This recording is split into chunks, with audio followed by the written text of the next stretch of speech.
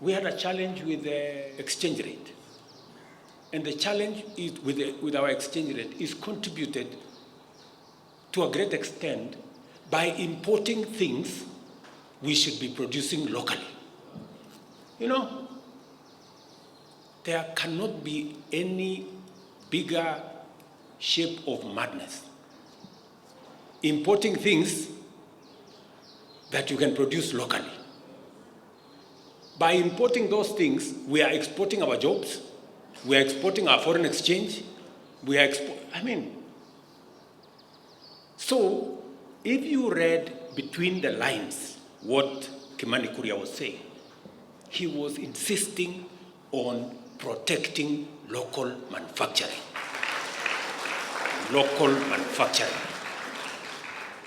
Because that way, we convert our own labor into products.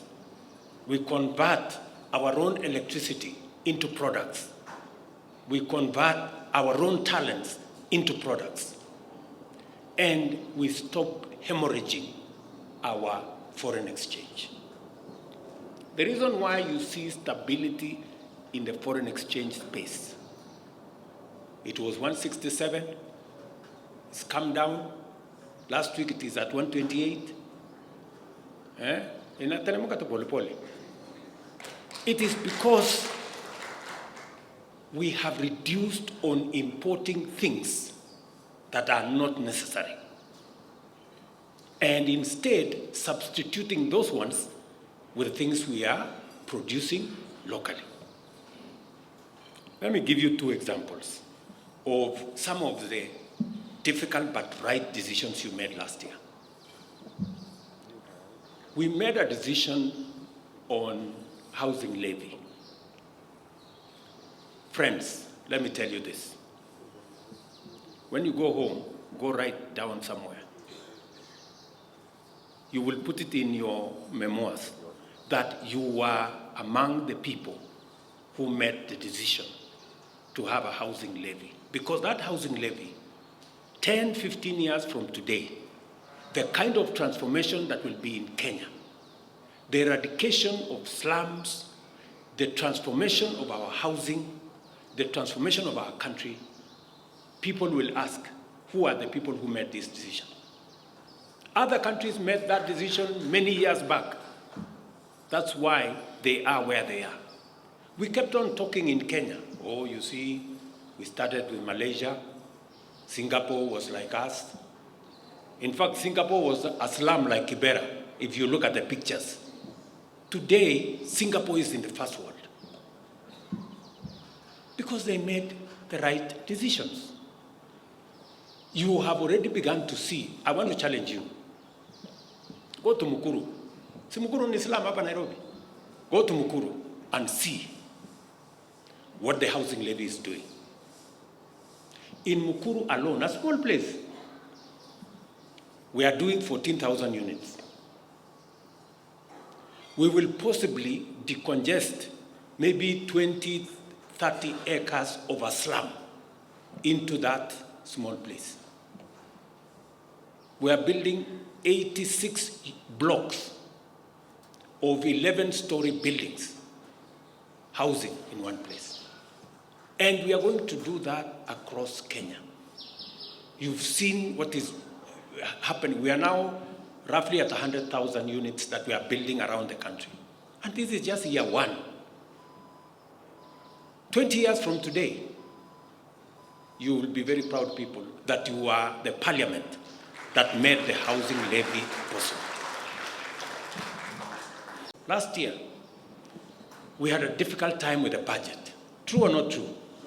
We had a difficult time. But let me report to you that we made the right decisions. Kenya today is respected globally because of the decisions we made. If we hadn't made those decisions, this country would have defaulted. But today, I go to many meetings, and many leaders ask me, how did you people in Kenya do it? How did you manage? Today, as I talk to you, as was said by Chair of Budget, from where we were last year, our economy grew by 5.6%. The 27th fastest growing economy in the world. When we came into office, inflation was at 9.2%. By May last year, it was 8%. By April this year, it was 5%. It is because of the decisions we made. Difficult as they were, but they are putting this country in the right trajectory. When we came in, we found a fiscal deficit of 7.2%. That year, we were going to borrow 1.1 trillion. Imagine, 1.1 trillion. We had to cut down 300 billion when we came in. Last year, we reduced to 690 billion. This year, we are reducing that gap. We've now brought it down to 3.4, maybe 3.5%. And I promise you, God willing, in 3 years, we want to have a balanced budget. That we will only spend the money that we have. That's where we must go, good people. And you can see we are heading there. We came from 9.2, we came to 5.7, we came down, now we are at 3 point something. Next year we want to take it to 2 point something, the other year 1 point something, 0. Then we have a balanced budget. I am very happy as a leader in Kenya that we are having a conversation about taxes and about debts and about what we need to do about it. This is the best thing that happened to Kenya, that we are having a conversation on issues that are of the nature of our country. Today, Kenyans know there is something called finance bill. Today, Kenyans know that we have a debt problem. Today, Kenyans know that there is a connection between the taxes we raise and the services we get and the difference it makes in us not exposing our country to debt. That's a very good place to be. Let us continue this conversation. Secondly, I am also very happy because we are beginning to see institutions working in Kenya. That as the executive, we have made proposals to the legislature. The legislature have interrogated those proposals. The public has interrogated those proposals. The public have recommended, through public participation, their feelings, their ideas, their suggestions, and because the people's representatives have listened to the people through public participation, they have adjusted the proposals from the executive. And we are now going to end up in a product in Parliament that came from the executive, interrogated by the legislature. Through public participation, the people of Kenya have had a say on it. It will go to the floor of the House. And we have a very robust system of governance in Kenya. Last year, when we passed the proposals, they even went to court. The court adjusted some of the proposals we had made. In fact, they suggested to us to make a law to underwrite the housing fund, which was a positive suggestion, from our judiciary.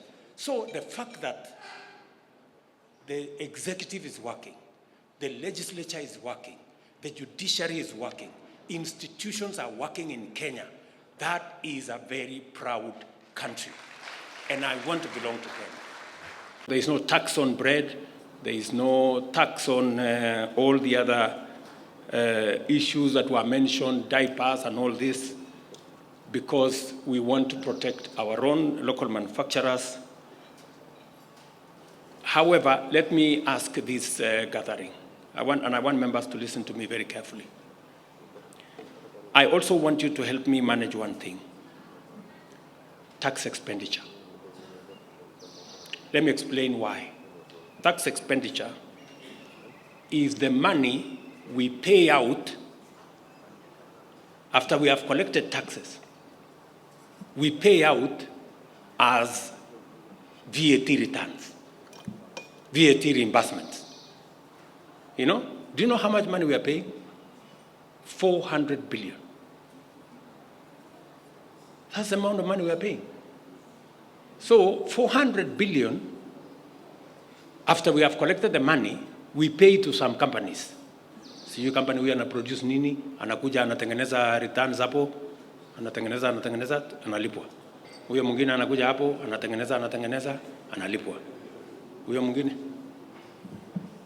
Sasa, surely, 400 billion, that's the amount of money we are spending.